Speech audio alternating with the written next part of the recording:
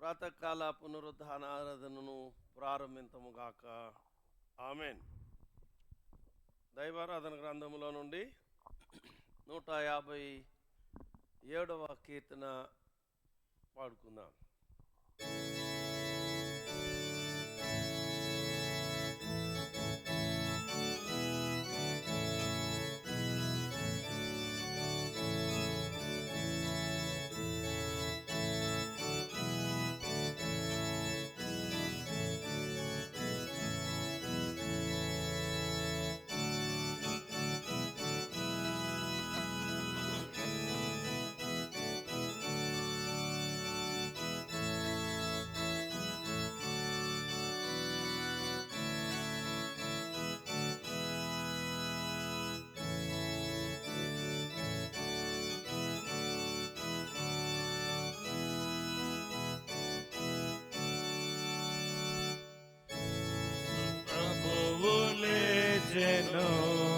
చావు గెలచి లేచెను, ఆ పిశాచి మీదను పూర్ణ జయము పొందెను.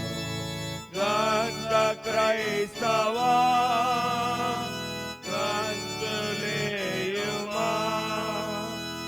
యేసు లేచెనహో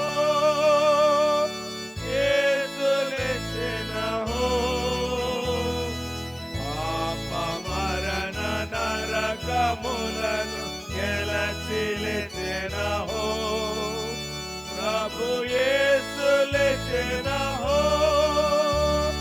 యేసు లేచెనహో.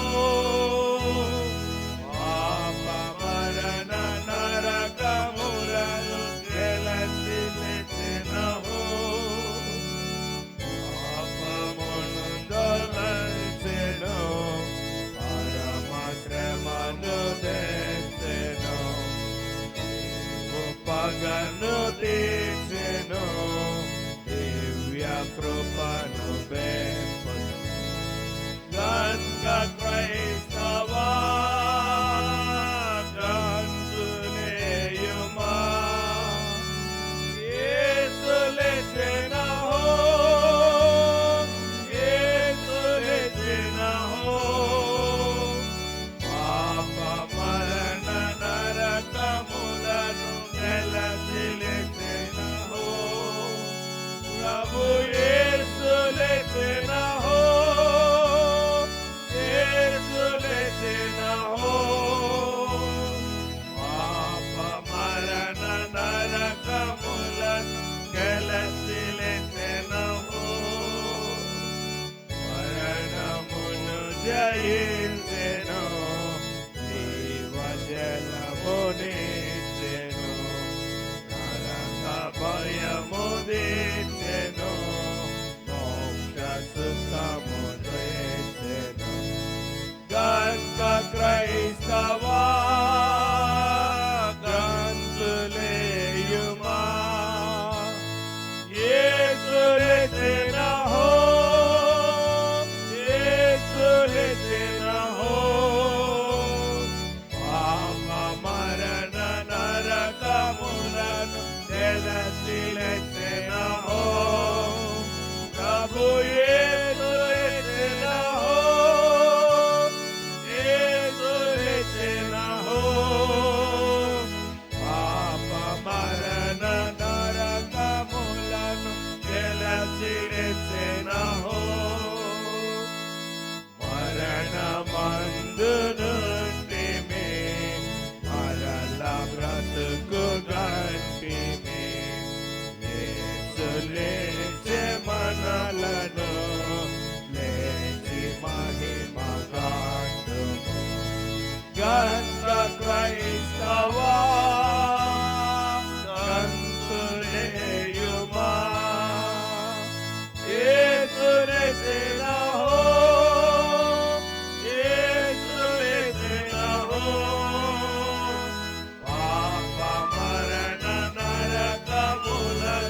గెలచి లేచెనహో, ప్రభు యేసు లేచెనహో, యేసు లేచెనహో.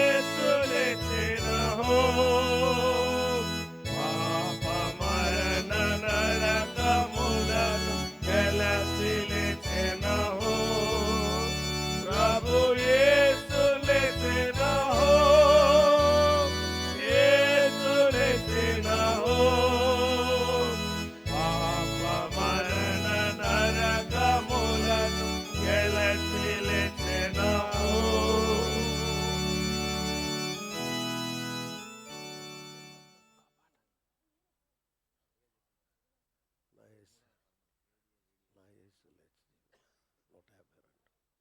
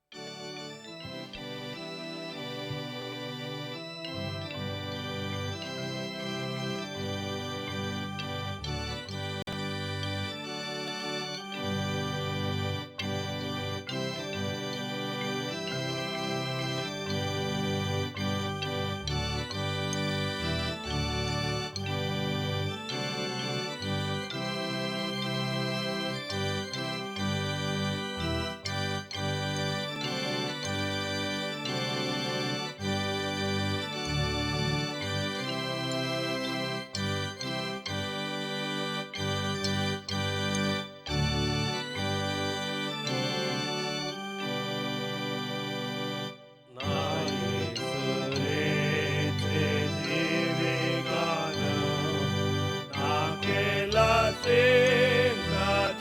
కీర్తన సంఖ్య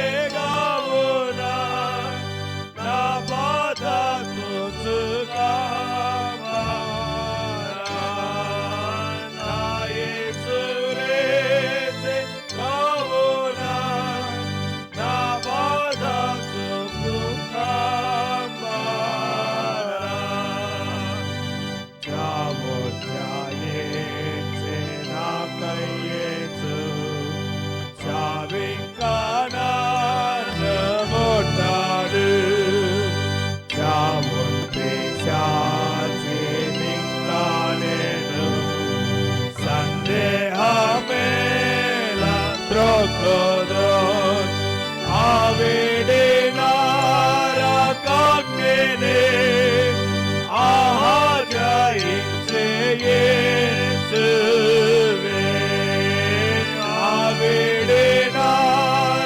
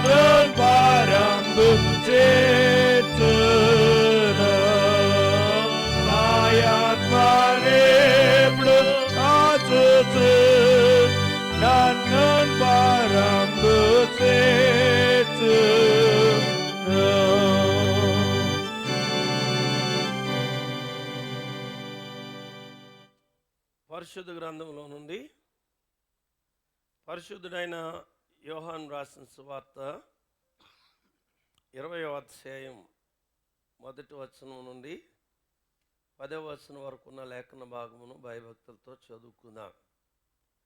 ఆదివారమున ఇంకనూ చీకటిగా ఉన్నప్పుడు మగ్ధలేనే మరియ పెందలకడ సమాధి వద్దకు వచ్చి సమాధి మీద ఉండిన రాయి తీయబడి ఉండుట చూచెను గనుక ఆమె పరిగెత్తుకొని సీమోను పేతురు నదుకును యేసు ప్రేమించిన ఆ మరి యొక్క శిష్యుని వద్దకు వచ్చి ప్రభువును సమాధిలో నుండి ఎత్తుకొని పోయిరి, ఆయనను ఎక్కడ ఉంచిరో ఎరుగమని చెప్పింది.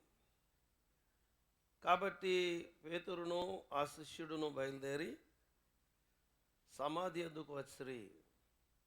వారిద్దరును కూడి పరిగెత్తుచుండగా ఆ శిష్యుడు పేతురు కంటే త్వరగా పరిగెత్తి ముందుగా సమాధి వద్దకు వచ్చి వంగి నారబట్టలు పడి ఉండుట చూచును కానీ అతడు సమాధిలో ప్రవేశింపలేదు. అంతటా సీమోను పేతురు అతని వెంబడి వచ్చి సమాధిలో ప్రవేశించి నారబట్టలు పడియుండుటయు ఆయన తల రుమాలు నారబట్టల యొద్ద ఉండక వేరుగా ఒకచోట చుట్టిపెట్టి ఉండుటయు చూసింది. అప్పుడు మొదట సమాధి వద్దకు వచ్చిన ఆ శిష్యుడు లోపలికి పోయి చూచి నమ్మెను. ఆయన మృతుల్లో నుండి లేచుట అగత్యమను లేఖనం వారింకను గ్రహింపరయ్యిరి. అంతటా ఆ శిష్యులు తిరిగి తమ వారి వద్దకు వెళ్ళిపోయిరి. యెహోవా మా ప్రభువా, మా బలమా, మా శ్రేయదుర్గమా, మా అందరి విమోచకుడా, నా నోటి మాటలు మా అందరి హృదయపు ధ్యానము నీ దృష్టికి అంగీకారములగునుగాక. ఆమేన్. ప్రభునందు ప్రేమించబడిన ప్రియమైన క్రైస్తవ సంఘమా, మన ప్రభు అయిన యేసుక్రీస్తు నామములో మీకందరికీ ఈ పునరుద్ధాన శుభములు కలుగునుగాక.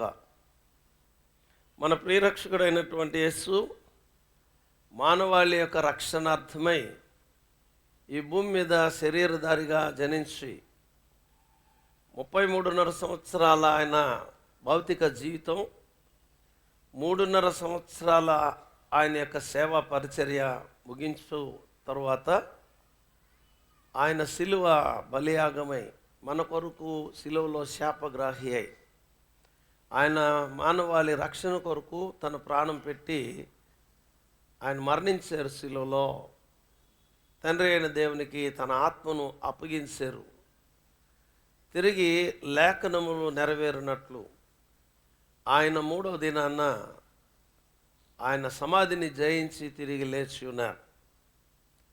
ఈరోజు సార్వత్రిక క్రైస్తవ సంఘం యేసుక్రీస్తు యొక్క పునరుద్ధాన అనుభవంలో చాలా సంతోషంగా ప్రభునందు నిద్రించిన, విశ్వాసంతో ప్రభునందు నిద్రించిన వారి వారి ప్రియుల యొక్క దేహాలు పునరుద్ధానం కొరకు ఎక్కడ భద్రపరచబడియో ఆ చోటు చేరి మన యొక్క విశ్వాస్యతను వ్యక్తం చేసుకుంటూ మన నిరీక్షణను కొనసాగించుకుంటూ ప్రభు యొక్క పునరుద్ధానం వాస్తవమైనది, మన పునరుద్ధానం కూడా వాస్తవమైనదని మనం ప్రపంచానికి చాటి చెప్పడానికి మనం కూడి ఉంటున్నాం. క్రైస్తవ సంఘం ఈరోజు ఏం వ్యక్తం చేస్తున్నారు అనంటే, resurrection is the foundation of our faith. పునరుద్ధానమే మన యొక్క విశ్వాసానికి పునాది. యేసుక్రీస్తు పునరుద్ధానుడు కాకపోతే మేము చేయు ప్రకటన వ్యర్థం, మీ విశ్వాసము వ్యర్థం, మరణించిన వారందరూ కూడా నశించినట్టే అని పౌలు అపోస్తలుడు ఆయన కొరింథీ పత్రిక ద్వారా చాలా స్పష్టంగా తెలియజేస్తాడు. మరి ఈరోజు పునరుద్ధాన అనుభవం దగ్గర జరిగినటువంటి పరిస్థితులు చూస్తే అరౌండ్ ద రిజరెక్షన్, పునరుద్ధానం చుట్టూ జరిగినటువంటి పరిస్థితులు చాలా ఉన్నాయి. ఇందులో మగ్ధలేనే మరియను మనం చూస్తున్నాం. ఇంకనూ చీకటిగా ఉన్నప్పుడు, ఆ మాట అక్కడ చదువుతున్నాం. ఇంకనూ చీకటిగా ఉన్నప్పుడు అంటే చీకటిగా ఉన్నప్పుడు నేను పెందలాడే సమాధి దగ్గరికి వెళ్ళాలి అని ఎవరు అనుకుంటారు? ఆ కార్యం అత్యంత ప్రాధాన్యమైనది అని గుర్తించిన వారు మాత్రమే ఆ చీకటిని లెక్క చేయకుండా వెళ్తారు. లేదా ఆ పని సెకండరీ అయితే దానికి అంత పట్టింపు ఉండదు. ఆమె యొక్క లక్ష్యం ఏంటి అంటే క్రీస్తే తన జీవిత లక్ష్యం, క్రీస్తే తన జీవిత గమ్యం నమ్మింది ఆవిడ. అందుకనే పౌలు అపోస్తలుల మాటను మనం చూసినప్పుడు ఆయన కూడా ఇదే మాట చెప్తాడు, నా మట్టుకైతే బ్రతకడం క్రీస్తే, అది ఆయన యొక్క జీవిత లక్ష్యం. ఈరోజు మనల్ని మనం పరిశీలన చేసుకోవాలి. మన ప్రయారిటీ పునరుద్ధానుడైన ప్రభువేనా, లేక మన పనుల, మన జీవిత లక్ష్యం ప్రభువేనా పరిశీలన చేసుకోవాలి. ఇక్కడైతే మరియను గురించి జ్ఞాపకం చేస్తున్నప్పుడు పరసంబంధమైనటువంటి వాటికి ప్రాధాన్యత ఇచ్చేవాడే ప్రభువును లక్ష్య పెట్టేవాడు. ఇది ఈ తెల్లవారుజామున పునరుద్ధాన అనుభవంలో మనం గమనిస్తున్నటువంటి మొట్టమొదటి సంగతి. ఇంకా చీకటిగా ఉండగానే ఆమె బయలుదేరింది. అంటే ఇలా అనుకుందాం, మన ప్రియులను ఈ పునరుద్ధాన దినాన సందర్శించాలని మనం అనుకుంటాం. అయితే ఎక్కడ వారి యొక్క దేహాలు పునరుద్ధానం కొరకు ఎక్కడ భద్రపరుచుకున్నామో వాటి విషయంలో మనం తీసుకునేటటువంటి జాగరూకత పునరుద్ధానుడైన యేసు వైపు మనం చూపించకపోతే, దేవుని వాక్యం ఏమని సెలవిస్తుందంటే, యెహోవా పనిని అశ్రద్ధగా చేయవాడు శాపగ్రస్తుడు అనేటటువంటి మాట. ఇది దేవుని కార్యం. దేవుని కార్యం అన్నప్పుడు సమాధులను శుభ్రం చేసుకొని, డెకరేట్ చేసుకొని, అలంకరించుకొని ఘనపరచడం అనేది మన ప్రయారిటీగా మిగిలిపోకూడదు. దానికంటే మించి నా ప్రభు సజీవుడు అన్నటువంటి సంగతి మన యొక్క హృదయాంతరంగాల్లో పటిష్టంగా ఉండాలి. ఆయన ఎలా సజీవుడో అది నీ జీవితంలో ఎలా నీవు విశ్వసించావో లోకానికి తెలియజెప్పడం అనేది ఇంకా చాలా ప్రాముఖ్యమైనటువంటి సంగతి.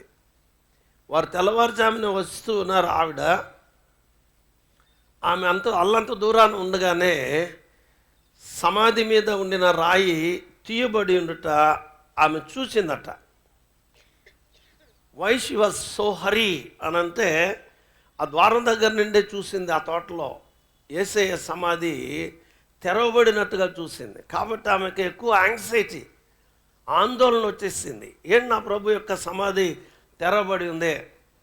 అంచేత ఆమె పరిగెత్తుకొని సీమోను పేతురు వద్దకును యేసు ప్రేమించినటువంటి ఆ శిష్యుని వద్దకును వచ్చింది. ఆమె యొక్క ఆందోళన ఏంటంటే ఏదో జరిగిపోయింది. సమాధి మీద రాయి తొలగించబడింది. కాబట్టి ఈ విషయాన్ని యేసయ్య శిష్యులకు చెప్పాలి అనేటటువంటి ఆతృత వెళ్ళింది, చెప్పింది. సమాధి తెరవబడి ఉంది. చెప్పిన ఆవిడ మరలా తిరిగి సమాధి దగ్గరకు వచ్చింది. ఎందుకు వచ్చింది? సమాధిలో ఆయన లేడు అనేటటువంటి సంగతి ఆమెకు తెలుసు కదా. చూసి మరలా వెళ్ళి వాడికి చెప్పి ఎందుకు వచ్చింది. గుర్తించుకోవాల్సిన విషయం ఏంటంటే, ప్రభువే లక్ష్యముగా కలిగినటువంటి వారు నిరాశ నిస్పృహులు ఎదురైనా పట్టుదల వేడరు. మరలా చెప్తున్నాను ఈ మాట. ప్రభువే లక్ష్యముగా కలిగినటువంటి వారి జీవితాల్లో నిరాశ కలిగిన వారు తమ యొక్క లక్ష్యాన్ని, తమ యొక్క గమ్యాన్ని వారు విడిచిపెట్టరు అనేటటువంటి సంగతి. మనమైతే ఒకసారి ట్రై చేస్తాం, ఇంకోసారి ప్రయత్నం చేస్తాం, మూడోసారి చేతులు ఎత్తేస్తాం మనమైతే. కానీ ఈవిడ అలా కాదు. పెందలకడనే లేచి సమాధి దగ్గరకు వచ్చింది. ప్రభు లేరు. ఆమె నిరాశకు గురైంది. పరిగెత్తుకొని వెళ్ళి వాళ్ళకి చెప్పింది. మరలా తిరిగి సమాధి దగ్గరికి పరిగెత్తుకొని వచ్చింది. ఇక్కడ సంఘం గుర్తించాల్సిన సంగతి ఏంటి? సమాజం గుర్తించాల్సిన సంగతి ఏంటి? స్పెసిఫిక్గా క్రైస్తవ సమాజం నిర్జీవమైనటువంటి దేహం కొరకు ఇలాగ ఏడిస్తే సజీవమైన సంఘం కొరకు ఎలా ఏడవాలి? మనమైతే నిర్జీవమైన దేహాల కొరకు కన్నీరు పెట్టడం చూస్తున్నాం, కానీ సజీవుడైనటువంటి దేవుడు సజీవమైనటువంటి దేవుని సంఘం కొరకు కన్నీళ్లు గార్చడం మానేశాం. సంఘం ఆయన శరీరం. అందుకని ఆయన అన్నారు, నా ఇంటిని గురించిన ఆసక్తి నన్ను భక్షించును అని రాయబడింది. సంఘం ఆయన యొక్క శరీరం. సో మనం దేనికి ప్రయారిటీ ఇస్తున్నాం? మృతులకు ప్రయారిటీ ఇస్తున్నాం. మృతులకు కాదు ప్రయారిటీ ఇవ్వాల్సింది, మృత్యుంజయుడైనటువంటి యేసయ్యకు ప్రయారిటీ ఇవ్వాలి. సజీవమైనటువంటి ఆయన సంఘానికి ప్రయారిటీ ఇవ్వాలి. ఇది క్రైస్తవ సంఘం. ఈరోజు మేరీ మగ్దలీనా దగ్గర మనం నేర్చుకుంటున్నాం. ఆవిడ వచ్చింది మరలా ఎందుకు అంటే, ఆ సంఘటన దగ్గర ఆమె నేర్చుకున్నది ఏంటి అనంటే, death is defeated, fear is broken. ఆమె ఏం చూసింది ఆ సమాధి దగ్గర ప్రాతకాల వేళ అంటే, మరణం ఓడిపోవడం చూసింది ఆవిడ. ఆమె భయాందోళనలు తొలగిపోవడం చూసింది ఆవిడ. ఈరోజు మరణాన్ని గురించిన భయం మనం వీడామా? మానసికమైనటువంటి భయాందోళన నుండి మనం బయటకు వచ్చామా? పరిశీలన చేసుకోండి. చిన్నపాటి అనారోగ్యం, ఒకవేళ కొంచెం తీవ్రతరమైనటువంటి రోగం వచ్చేస్తే ఇక మరణానికి వెళ్ళిపోతున్నామేమో అనేటటువంటి ఆందోళనతోనే, మానసికమైనటువంటి వ్యాధితోనే చాలామంది కృషించిపోవడం అనేది మనం చూస్తున్నాం. గుర్తుంచుకోండి, యేసు ప్రభు మరణాన్ని జయించారు. ఇన్ అదర్ వర్డ్స్, మరణాన్ని ఆయన ఓడించారు. అక్కడే జరిగిన కార్యం ఏంటనంటే, మనలో ఉన్నటువంటి భయాలు అవి తొలగజేయబడ్డాయి. మరి మగ్దలీనా దగ్గర మనం చూస్తున్నప్పుడు ఆమె ఈరోజు యేసుక్రీస్తు యొక్క పునరుద్ధానానికి ప్రబలమైన నిదర్శనంగా, సాక్షిగా ఆమెను మనం చూస్తున్నాం.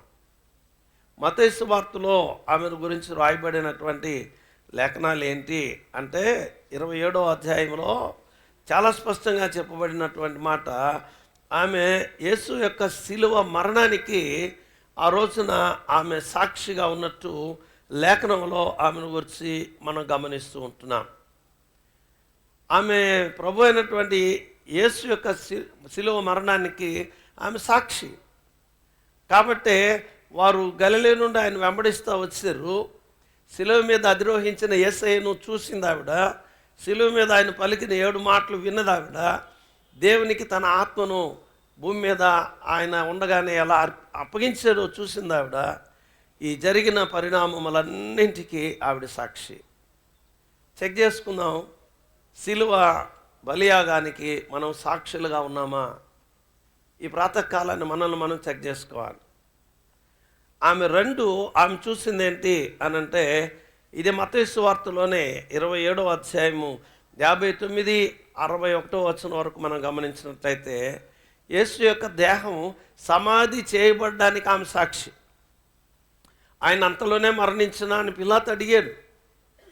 ఆయన మరణించినటువంటి సందర్భాన్ని ఆయన దృష్టికి తీసుకెళ్ళినప్పుడు సమాధి చేయబడడానికి ఆయన అరిమతయి యోసేపుకు ఆయన దేహాన్ని తీసుకువెళ్ళేందుకు పర్మిషన్ ఇచ్చారు. దేహం తీసుకుని వచ్చారు. అరిమతయి యోసేపు ఆ దేహమును తీసుకొని శుభ్రమైన నారబట్టతో చుట్టి తన కొరకు రాతిలో తొలిపించుకున్న క్రొత్త సమాధిలో ఆయన దేహాన్ని ఉంచారు. సమాధి ద్వారానికి పెద్ద రాయి పొర్లించి వెళ్ళిపోయారు. వచ్చిన వాళ్ళు ఎవరు? మగ్దలేనే మరియు వేరొక మరియు అక్కడనే సమాధికి ఎదురుగా కూర్చున్నారు. చాలామందిని మనం గమనిస్తాం. బరియల్ సర్వీస్ జరిగింది అంటే ఆ ఇంటి వాళ్ళని కూడా వచ్చిన వాళ్ళు మీరు ముందు వెళ్ళిపోండి అంటారు. చాలా వరకు బరియల్ అయ్యాక వాళ్ళు తెచ్చిన పూలన్నీ కూడా దానికి ఆ సమాధికి డెకరేట్ చేసుకొని కాసేపు ఉండి దుఃఖమో నిట్టూర్పో కన్నీరో అక్కడ వారు వ్యక్తపరిచి తిరిగ్గా వెళ్ళడం అనేది కొంతమందిలోనే చూస్తాం, అందరిలో గమనించం. కానీ ఇక్కడ అలా కాదు. ప్రభువును సమాధి చేశారు. వచ్చిన వాళ్ళంతా వెళ్ళిపోతే మగ్దలేనే మరియు వేరొక మరియు సమాధికి ఎదురుగానే కూర్చున్నారు. దాని అర్థం ఏంటనంటే, నా కోసం ప్రాణం పెట్టినటువంటి యేసయ్య యొక్క సమాధికి నేను కాపలాగా ఉండాలి. ఆయన సమాధిని నేను వదనం చేసుకోవాలి అనే స్పృహ కలిగింది. ప్రియులారా, ఆలోచన చేయండి. మనకు యేసయ్య దేహాన్ని భద్రం చేసుకోవాలనేటటువంటి స్పృహ మనకుందా? అంచేతనే అక్కడ పురుషులందరూ వెళ్ళిపోయారు. పురుషులు ఎవ్వరికీ లేనటువంటి పట్టింపు ఈ స్త్రీలు కలిగి ఉన్నట్టుగా ఇక్కడ లేఖనంలో మనం గమనిస్తూ ఉంటున్నాం. ప్రియులారా, మనకి పట్టింపు ఉందా? సో ఉంటే మనము ఆయన యొక్క మరణానికి మాత్రమే కాదు, ఆయన సమాధి కార్యక్రమానికి కూడా మనం సాక్షులంగా నిలబడాలి. అందుచేత ఈరోజు యెరూషలేములో యేసు ప్రభువును ఆ రోజు ఏ సమాధిలోనైతే ఉంచారో ఆ సమాధి తెరవబడినటువంటి సమాధిగా కనబడుతుంది. ఎందుకు అనంటే ఆయన వెలుపలికి రావడానికి కాదు, ఆయన వెలుపలికి వచ్చాడని చెప్పడానికి కాదు, ఆయన సమాధిలో లేడు అనే సంగతి ప్రపంచానికి చెప్పడానికే. అందుకు వారు సాక్షులుగా ఉన్నారు. మూడవదిగా మనం గమనిస్తే ప్రభు సమాధిలో లేడు అనడానికి ఈమె ప్రబలమైన సాక్షిగా అక్కడ నిలబడింది. ఇందాక మనం చదువుకున్నటువంటి రీతిగానే యోహాను సువార్తలోనే మనం గమనిస్తే 20వ అధ్యాయం 11వ వచనంలో, అయితే మరియ సమాధి బయట నిలిచి ఏడ్చుచూ ఉండెను. ఆమె ఏడ్చుచూ సమాధిలోనికి వంగి చూడగా తెల్లని వస్త్రాలు ధరించిన 2 దేవదూతలు యేసు దేహము ఉంచబడిన స్థలములో తల వైపున ఒకడును కాళ్ళ వైపున ఒకడును కూర్చుండుట ఆమె చూచినట్టుగా మనం గమనిస్తున్నాం. సమాధిలో దేవదూతలు ఎందుకు కనబడాలి ఈరోజు అంటే, ఆయన దేవుడు అని చెప్పడానికే, భూలోకానికి పరలోకానికి కూడా ఆయన ప్రభు అని చెప్పడానికే దేవదూతలు ఆ సమాధిలోనికి వచ్చేట్టుగా మనం గమనిస్తున్నాం. అంతేనా అంటే కాదు, ఆయన దేవదూతల చేత ఆరాధించబడేవాడు కాదు, మాత్రమే కాదు, దేవదూతల చేత పరిచర్య చేయించుకునేటటువంటి సర్వోన్నతుడైన దేవుడు అనే సంగతి బాల్యంలో నిరూపితమైంది. ఆయన జనించినప్పుడు పరలోక సైన్య సమూహం దిగివచ్చి సర్వోన్నతమైన స్థలముల్లో దేవునికి మహిమ, ఆయన ఇష్టులైన మనుషులకు భూమి మీద సమాధానం అని చెప్పారు. మరలా తిరిగి దేవదూతలు ఆయన పునరుద్ధాన అనుభవంలో సమాధిలో నిలిచి ఆయన పరమందలి ఆకాశ మండలం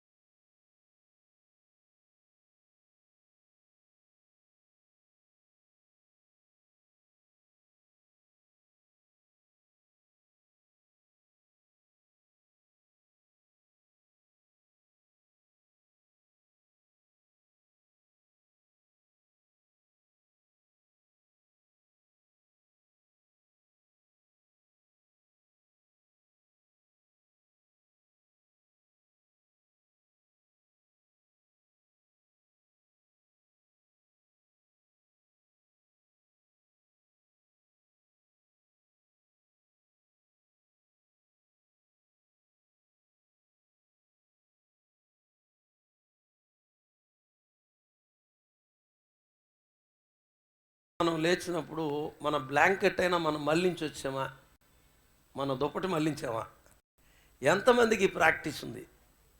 సో ఇప్పుడు ఆలోచన చేయండి, ఆయన సమాధిని ఖాళీ చేయడం దగ్గర, ప్రేత వస్త్రాలు తీసివేయడం దగ్గర, తల రుమాలు చక్కగా చుట్టి పెట్టి రావడం దగ్గర ఆయన ఎంత క్రమశిక్షణ కలిగినటువంటి వాడో. సో క్రైస్తవ సంఘానికి ఇదొక మాదిరి డిసిప్లిన్, క్రమశిక్షణ అనేది. ప్రభువును ఆరాధించడానికి వస్తున్నప్పుడు మనం క్రమశిక్షణ కలిగినటువంటి బిడ్డలుగా మనం దేవుని దగ్గర రావాలి. ఇది ఆవిడ చూసింది, దానికి ఆవిడ సాక్షి. నాలుగవదిగా, సమాధి చుట్టూ, రిజరెక్షన్, పునరుద్ధానం చుట్టూ జరిగినటువంటి అనుభవాల్లో నా ప్రభు సమాధిలో లేడు అనడానికి ఆమె ప్రబలమైనటువంటి సాక్షి. అందుకే శిష్యుల దగ్గరికి వెళ్ళి ఆవిడ ఏం చెప్పిందంటే, నా ప్రభువుని ఎవరో ఎత్తుకొని పోయారు అని ఆమె చెప్పడం అనేటటువంటిది మనం గమనిస్తున్నాం. ఇక్కడ ప్రభువును మనం గమనించినట్లయితే, ప్రభు అయినటువంటి యేసుక్రీస్తు వారు ఆత్మ సంబంధంగా లేయడం మాత్రమే కాదు, ఆయన శరీర సంబంధమైనటువంటి పునరుద్ధానాన్ని ఆవిడ ప్రత్యక్షంగా చూసింది కనుకనే ఆవిడ ప్రభు అయినటువంటి దేహానికి నిదర్శనంగా కనబడింది. సంఘ చరిత్రలో డాక్టర్ మార్టిన్ లూథర్ అనేటటువంటి ఒక మహనీయుని గురించి జ్ఞాపకం చేసుకుంటే, ఆయన ఒకరోజు తన గదిలో కూర్చొని ఆయన చదువుకుంటూ ఉన్నారట. ఉదయాన్నే తన సతీమణి ఆయనకు కాఫీ తీసుకెళ్ళి టేబుల్ మీద పెట్టి వచ్చిందట. తర్వాత కాసేపు అయ్యాక ఆవిడ టిఫిన్ తీసుకుని వెళ్ళిందట. టిఫిన్ తీసుకుని వెళ్ళి టేబుల్ మీద పెట్టింది. ఆవిడ పొద్దున పెట్టిన కాఫీ అక్కడే ఉంది. ఆ కాఫీ తీసుకుని వెళ్ళింది. మరలా కొంతసేపు అయ్యాక మరలా ఫ్రెష్గా ఇంకో కాఫీ తీసుకొని ఆవిడ వచ్చి టేబుల్ మీద సౌండ్ చేస్తూ పెట్టింది. సో కాఫీ, మార్నింగ్ కాఫీ లేదు, బెడ్ కాఫీ లేదు, బ్రేక్ఫాస్ట్ లేదు, మరలా టీ తీసుకొని వచ్చి సౌండ్ చేస్తూ పెట్టింది. ఆ సౌండ్కి ఆయన అలా చూశారట ఆవిడ వైపు.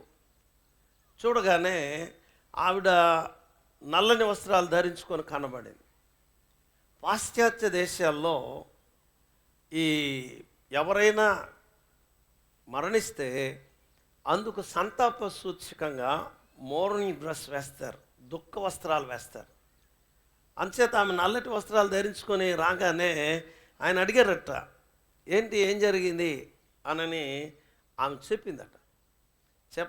అడిగాడు ఆయన. అడగగానే ఆవిడ ఏం చెప్పిందంటే, యేసు ప్రభు వారు మరణించారు అని చెప్పిందట. యేసు ప్రభు మరణించారు అనగానే ఆయనకి చాలా ఉక్రోషం వచ్చేసిందట, చాలా కోపం వచ్చింది. ఎందుకలా అంటావు? నా ప్రభు సజీవుడు అన్నదట. నా ప్రభు సజీవుడు. అప్పుడు ఆవిడ అన్నది, నీ ప్రభు సజీవుడనేటటువంటి నమ్మకం నీకుంటే ఎందుకు ప్రాతకాలం నుండి దుఃఖంతో ఉన్నావు? టీ తీసుకోలే, టిఫిన్ తీసుకోలే, ఎందుకు ఇంత చింతలో ఉన్నావు అనగానే ఆయన చాలా ధైర్యంగా లేచి పునరుద్ధానుడైన యేసు ఇచ్చిన శక్తిని బట్టి ఆయన మహోజ్వలమైనటువంటి ఉద్యమానికి ఆయన నడుం కట్టుకున్నాడని సంఘ చరిత్ర చెప్తుంది. సో ఈరోజు మేరీ మగ్దలీనాను గురించి జ్ఞాపకం చేసుకున్నప్పుడు ఆమె సమాధి దగ్గరకు వచ్చింది. వంగి చూసినట్టుగా చూస్తున్నాం. సమాధిలోనికి తొంగి చూసింది ఆవిడ. చూడగానే అక్కడున్న దేవదూత మాట్లాడడం అనేది మనం ఇక్కడ గమనిస్తున్నాం. Why do you look for the living among the dead? మీరెందుకు సజీవుడైన వానిని మృతులలో వెతుకుతున్నారు? ఆయన ఇక్కడ లేడు, తాను చెప్పినట్టే ఆయన లేచి ఉన్నాడు. ఈ సంగతి మీరు వెళ్ళి లోకానికి చెప్పండి, శిష్యులకు చెప్పండి, సమాజానికి చెప్పండి. నా ప్రభు సజీవుడు, ఆయన he is not here, he has risen. ఆయన ఇక్కడ లేడు, ఆయన లేచి ఉన్నాడు అనే సంగతి మీరు ప్రపంచానికి చెప్పండి అనగా పరిగెత్తుకొని వచ్చి వాళ్ళు సర్వ సమాజానికి నా ప్రభు సమాధిని జయించిన వాడు, 4 గంటల అనుభవానికి ఆవిడ ఇక్కడ సాక్షిగా కనబడింది. ప్రియులరా, ఇప్పుడు యేసుక్రీస్తు యొక్క శిలువ మరణానికి సాక్షి ఆవిడ. ఆయన సమాధి చేయబడినటువంటి పరిస్థితులుగా ఆవిడ సాక్షి. తిరిగి ఆయన సమాధి ఖాళీగా ఉండడానికి ఆవిడ సాక్షి, ఆయన పునరుద్ధానుడైనాడు అనేటందుకు ఆవిడ ప్రబలమైనటువంటి సాక్షిగా కనబడింది. మన బ్రతుకులో ఇలాంటి అనుభవం ఉందా? సమాధి దగ్గర వాళ్ళు ఉన్నారు, సంపూర్ణంగా సమాధి కార్యక్రమం చూశారు, స్త్రీలు వెళ్ళిపోయారు. వెళ్ళిన తర్వాత జరిగిన పరిస్థితి ఆవిడకి తెలియదు. వెళ్ళిన తర్వాత జరిగింది ఏంటి అంటే, రోమా సైనికులు తిరిగి వచ్చి ఆనాటి గవర్నర్ పిలాతు యొక్క ఆజ్ఞ మేరకు సమాధికి వాళ్ళు సంకెళ్ళు వేసి ముద్రలు వేసి వాళ్ళు వెళ్ళారు. ఆవిడికి తెలిసింది సమాధి రాయి మాత్రం మూసారని మాత్రమే వారికి తెలుసు. కానీ సంకెళ్ళ చేత, ఇంకా చెప్తే రోమా సంకెళ్ళ చేత సమాధి బంధించబడింది అనే సంగతి వాళ్ళకి తెలియదు. కానీ ఈరోజు చూశారు. వాళ్ళు ఏమేం చూశారు అంటే, నా ప్రభువు మరణాన్ని జయించాడు అన్న అనుభవం చూశారు. నా ప్రభు శరీరాన్ని జయించారు అన్న అనుభవాన్ని చూశారు. నా ప్రభు సమాధిని గెలిచారు అనుభవాన్ని చూశారు. నా ప్రభు లోకాన్ని జయించారు. 4 గంటల అనుభవం, 4 గంటల సాక్షి జీవితం ఆమె కనపరిచింది. ఈరోజు ఇది మన మోటివ్ కావాలి. కేవలం మృతులైన మన వారి యొక్క దేహాలు మనం భద్రపరుచుకున్న చోటును గౌరవించి మన మర్యాదను కనపరచడమే ప్రాముఖ్యంగా మిగిలిపోకూడదు. 4 గంటల అనుభవం, మరణాన్ని జయించిన, సమాధిని జయించిన, దేహాన్ని జయించిన, మరి లోకాన్ని జయించినటువంటి యేసయ్య పునరుద్ధాన అనుభవం నీ జీవితంలో నీ సొత్తు కావాలి. అందుకనే పేతురు భక్తుడు ఆ మాట అన్నాడు. యేసు మృతులలో నుండి తిరిగి లేచినని మనం నమ్మిన ఎడల అదే ప్రకారము యేసునందు నిద్రించిన వారిని ఆయన వెంట పెట్టుకొని వచ్చును. ఈరోజు మన విశ్వాస్యతను మనం దృఢపరుచుకుంటూ మన నిరీక్షను మనం కొనసాగించుకోవడానికే ఈ కార్యం. అంతేగాని మేము మృతులైనటువంటి వారి యొక్క దేహాలను మేము ఆరాధించడానికి వచ్చాం, ఇది కాదు లోకానికి మనం చెప్పాల్సింది. వాళ్ళని ఆరాధించడానికి రాలా, మృతులలో నుండి లేచిన యేసయ్యను ఆరాధించడానికి వచ్చాం. మరి వారి దగ్గరికి ఎందుకు వచ్చాం అంటే, ఆయన పునరుద్ధానుడు కనుక వారి పునరుద్ధానం కూడా వాస్తవమైనదని నమ్ముతున్నాం.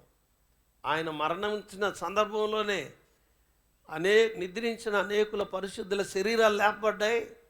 ఆయన పునరుద్ధానుడైన తర్వాత లోకములో తమ వారికి వారు కనబడ్డారు.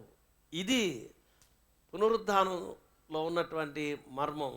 ఈ సత్యాన్ని మనం లోకానికి చాటి చెప్పవాలా. ఈ అనుభవం నీ సొంతమైతే నువ్వు తీరిగ్గా కూర్చోలేవు. పునరుద్ధానుడైన యేసు యొక్క ఆత్మ ప్రేరేపణను బట్టి నీ హృదయం ఉప్పొంగుతుంది. సజీవుడైన యేసును మీరు మృతుల్లో వెతుకుతున్నారు, ఆయన సజీవుడు అనే సంగతి నీ ద్వారా అనేకులకు ప్రకటించబడినట్లు, అనేకులు ఈ పునరుద్ధాన అనుభవాన్ని బట్టి ప్రభు అయినటువంటి యేసుక్రీస్తును వారు అంగీకరించినట్టు పరిశుద్ధ ఆత్మ అయినటువంటి దేవుడు తన దివ్య సహాయము, తన నడిపింపు మనందరికీ అనుగ్రహించి కాపాడునుగాక. ఆమేన్. సమస్త జ్ఞానమునకు మించిన దేవుని సమాధానం యేసుక్రీస్తు వలన మీ హృదయములకు మీ తలంపులకు కావలి అయి ఉండునుగాక. ఆమేన్.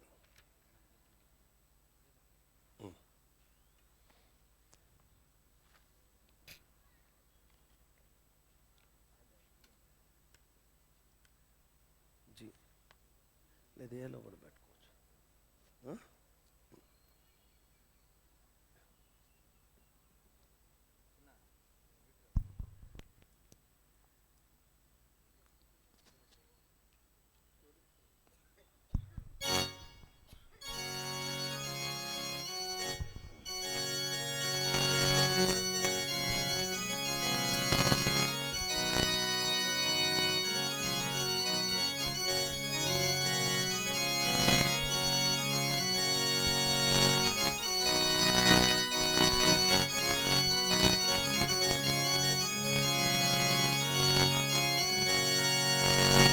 गीतं गीतं जय जय गीतं जय प्रतिपादनमो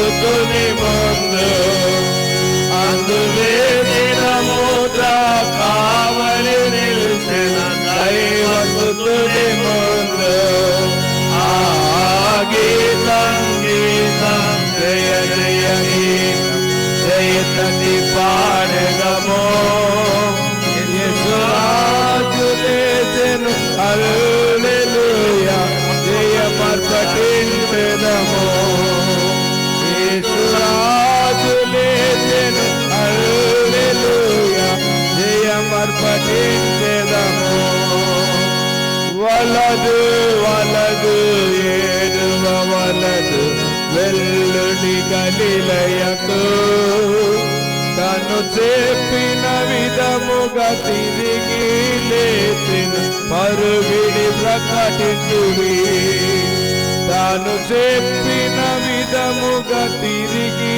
లేచెను పరుగిడి ప్రకటించుడి ఆ గీతం గీతం జయ జయ గీతం చైతటి పాడెదమో యేసురాజు లేచెను హల్లెలూయా జయమర్పటించెదము యేసురాజు లేచెను హల్లెలూయా జయమర్పటించెదము అన్నా కయపా వారల సభయు అదర్చు పరిగిడిరి ఏకదూత గణముల ధ్వనిని వినుచు వణకుచు భయపడిరి ఏకదూత గణముల ధ్వనిని వినుచు వణకుచు భయపడిరి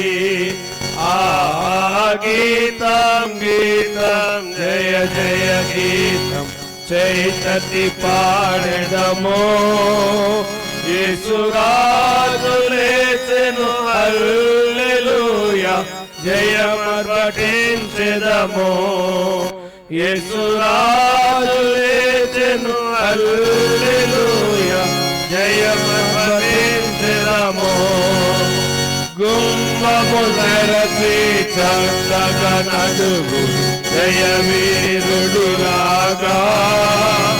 మీ మేళతాళ వాద్యముల్ గొర్రెలెత్తి ధ్వనించుడి మీ మేళతాళ వాద్యముల్ గొర్రెలెత్తి ధ్వనించుడి ఆ గీతం గీతం జయ జయ గీతం చైతన్య పాడెదము యేసురాజు లేచెను హల్లెలూయా జయమర్పటించెదము యేసురాజు లేచెను హల్లెలూయా జయమర్పటించెదము ప్రార్థించుము. స్తుతులకు పాత్రుడైన మా దేవా, స్తోత్రాడువైన మా తండ్రి, పరిశుద్ధుడా, మహోన్నతుడా, జీవాధిపతి, నీ శ్రేష్టమైన నామను బట్టి నీకు వందనాలు, స్తుతులు, స్తోత్రాలు చెల్లించుకుంటున్నాం. మా ప్రభువా, మానవాళి రక్షణార్థమై మీరు చేసిన సిలువ బలియాగాన్ని మేమందరం కూడా భక్తి శ్రద్ధలతో ప్రతిదినం జ్ఞాపకం చేసుకుంటూ ఉన్నాం. మా నిమిత్తమే నీకంతటి శ్రమ, మా నిమిత్తమే నీకంతటి ఘోరమైనటువంటి శిలువ మరణం కలిగిందని అనుదినము మేము పశ్చాత్తాపడుతూ మా మట్టుకు మేము వాక్యంతో ఉదక స్నానం చేయబడిన వారమై అనుదినము వాక్య వెలుగులో మా యొక్క అక్రమాన్ని, అపరిశుద్ధతను దిద్దుకుంటూ దినదినము మా శిలువను ఎత్తుకుని నేను వెంబడించుటకు మీరు మాకు నేర్పిస్తున్నందుకై నీకు వందనాలు. మా దేవా, మీరు ఆ రోజు మరణాన్ని జయించి, సమాధిని జయించి, శరీరాన్ని, లోకాన్ని జయించి తిరిగి లేచినటువంటి ఈ నీ పునరుద్ధాన అనుభవాన్ని ఆనాటి నుండి ఈనాటి వరకు సార్వత్రిక క్రైస్తవ సంఘం ఎంతో భక్తి శ్రద్ధలతో ప్రభువా మరి ఆరాధన చేస్తూ ఉంటుండగా సార్వత్రిక సంఘ సమూహంలో మేము కూడా చేరి ఈ ఉదయకాల సమయంలో మా ప్రియులు నీ యందు విశ్వాసం ఉంచి నిద్రించినటువంటి మా ప్రియుల యొక్క దేహాలు పునరుద్ధానం కలుగునన్న శుభ నిరీక్షణతో మేము ఎక్కడ భద్రపరుచుకున్నామో ఆ చోటు చేరి ప్రభువా మరొకసారి మృతుల పునరుద్ధానం ఉన్నది అనేటటువంటి సంగతి, అఖిల పరిశుద్ధుల పునరుద్ధాన దినం ఒకటి రాబోతుంది అని, ఇదిగో మృతులు దేవుని కుమారుని స్వరం వీను గడియ వస్తుంది, అకాలమున సమాధిలో ఉన్న వారందరూ బయటకు వస్తారు, మేలు చేసిన వారు జీవ పునరుద్ధానానికి, కీడు చేసిన వారు తీర్పు పునరుద్ధానానికి వెలుపలికి వచ్చిందని చెప్పబడిన లేఖనాన్ని బట్టి ప్రభువా మా ప్రియుల యొక్క పునరుద్ధానం వాస్తవమైనదని మేము దృఢపరుచుకుంటూ ఉన్నాం. మా నిమిత్తమై మీరు మరణాన్ని గెలిచి లేచారు. మాలో ఉన్నటువంటి భయం తొలగించడానికి, మరణపు భీతి తొలగించడానికి, మా పాపపు విశృంఖలత్వం తెంచివేయబడడానికి, దేవా పరిశుద్ధమైనటువంటి జీవితం జీవించడానికి ఈ పునరుద్ధాన అనుభవం మా బ్రతుకులో ఉత్తేజాన్ని, పునరుజ్జీవాన్ని అనుగ్రహించినట్టుగా మీరు ఏర్పరిచారు. నీకు వందనాలు దేవా. నిర్జీవమైన దేహాల వద్ద మేము కన్నీరు గార్చే వారం కాకుండా సజీవుడైన దేవుని యందు విశ్వాసం ఉంచి ఆయన మృతులను సజీవులుగా లేపువాడు అన్న సంగతి లేఖనంలో మేము ఎరిగి ఉన్నాం కనుక మా తండ్రి, మా ప్రియుల మీద మాకున్నటువంటి ప్రేమ, వారి మీద మాకున్న మమకారం మా కనుల నిండా నీరు తెప్పిస్తుంది, మా హృదయాల నిండా దుఃఖం కలుగు చేస్తుంది, లేఖనాలను మర్చిపోయేటట్టు మందమతులుగా చేస్తుంది. ఇవి మీరు మాకు జ్ఞాపకం చేస్తున్నారు. సజీవుడైన వాడిని మీరు మృతుల్లో ఎందుకు వెతుకుతున్నారు అని ఆ రోజు దూత ద్వారా ప్రశ్నించిన దేవుడు మీరు. అవును, మా వారు సజీవులై ఉండగా మృతుల్లో వారు ఉన్నారని మేము విశ్వసించుట్లే. వారు నీ పునరుద్ధానం ద్వారా లేపబడి ఉన్నారు, వారు నీతో పాటు ఉన్నారు, నిత్య మహిమలో ఉన్నారు, పరిశుద్ధుల స్వాస్థ్యంలో ఉన్నారు, పారలౌకికమైనటువంటి ఆనందాన్ని, సంతోషాన్ని వారు అనుభవిస్తున్నారు. నిత్య మహిమలో మా పితరులతో పాటు వారు నిన్ను ఆరాధిస్తున్నారు. నీ రాకడ ఈరోజు వచ్చేసినా లేక భవిష్యత్తులో ఏదైనా వచ్చినా నీ వెంట పెట్టుకుని వచ్చే మా ప్రియులను మేము చూస్తాము అన్న నిరీక్షణ, వారితో కూడా కలిసి మేమును పరిశుద్ధుల సహవాసంలో నిన్ను ఆరాధించడానికి ఎత్తబడతాం అన్న నిరీక్షణ నీ బిడ్డలైన మాలో ఈరోజు మీరు కలిగించినందుకు నీకు వందనాలు. ఆ రోజు మగ్దలేని మరియ ఏ రీతిగా నీ యొక్క మరణానికి ప్రభువా, మరి నీ సమాధి కార్యక్రమానికి, మరి ఆమె సమాధిలో లేడు అనడానికి, ప్రభు లేచాడు అనడానికి ఎలాగా ప్రబలమైన నిదర్శనంగా కనబడిందో ఈ 4 అనుభవం మా బ్రతుకులోనూ స్థిరపరచండి. నిమ్మలంగా మేము ఉండిపోకుండా సమాధిలో లేడు, తెరవబడిందని చూసి భయాందోళనతో శిష్యులు యూదులకు భయపడి దాక్కున్నట్టుగా దాక్కోకుండా ధైర్యంగా క్రీస్తు పునరుద్ధానాన్ని లోకానికి ఎలా చెప్పిందో అలాగున మాలో ప్రతి ఒక్కరూ క్రీస్తు పునరుద్ధానాన్ని సాటి చెప్పడానికి సహాయం చేయండి. ఆ రోజు సమాధిని భద్రం చేసుకున్న పరిస్థితి దగ్గర పురుషులందరూ పారిపోయారు. క్రీస్తు సజీవుడని ప్రకటించేటందుకు ఒక స్త్రీ సమూహమే గొప్ప సైన్యంగా నిలబడ్డారని దాసుడు దావీదు ద్వారా మీరు మాట్లాడారు.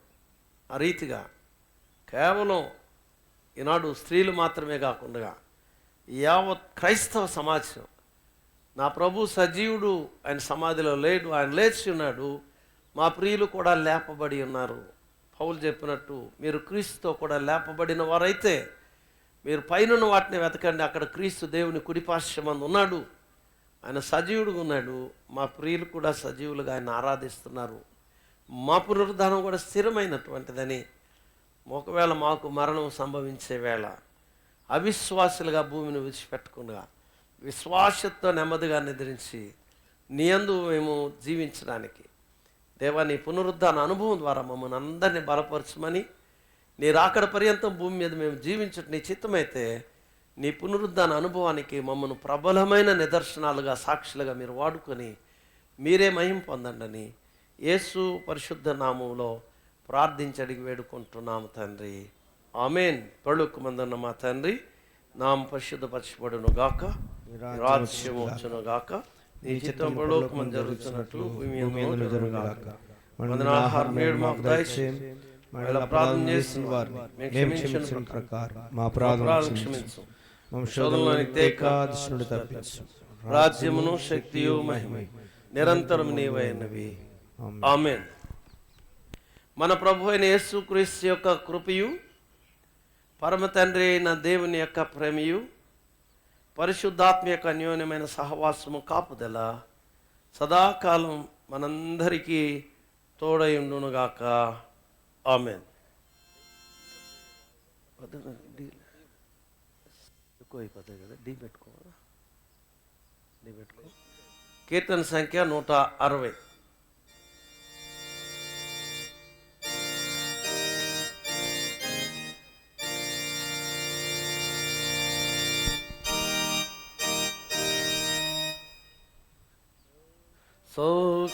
సౌఖ్యానందము లేచు కాందము పుదినాంబిదే శక్తి తోడాయేసురే చావులు నిలేచలే సంతోషింపు క్రీస్తు సంగమా. శక్తి తోడాయేసువే చావు నుండి లేచలే సంతోషింపు క్రీస్తు సంగమా. సౌఖ్యానందము నీచు కందము తానంబిదే చావు జంపివేసెను జీవమప్పజేసెను సంతోషింపు క్రీస్తు సంగమా. చావు జంపివేసెను జీవమప్పజేసెను సంతోషింపు క్రీస్తు సంగమా. సౌఖ్యానందము లేచు కాందము పుదినాంబిదే భక్తి ప్రేమాలేచను నూతన శక్తినిచ్చెను సంతోషింపు క్రీస్తు సంగమా. భక్తి ప్రేమాలేచను నూతన శక్తినిచ్చెను సంతోషింపు క్రీస్తు సంగమా.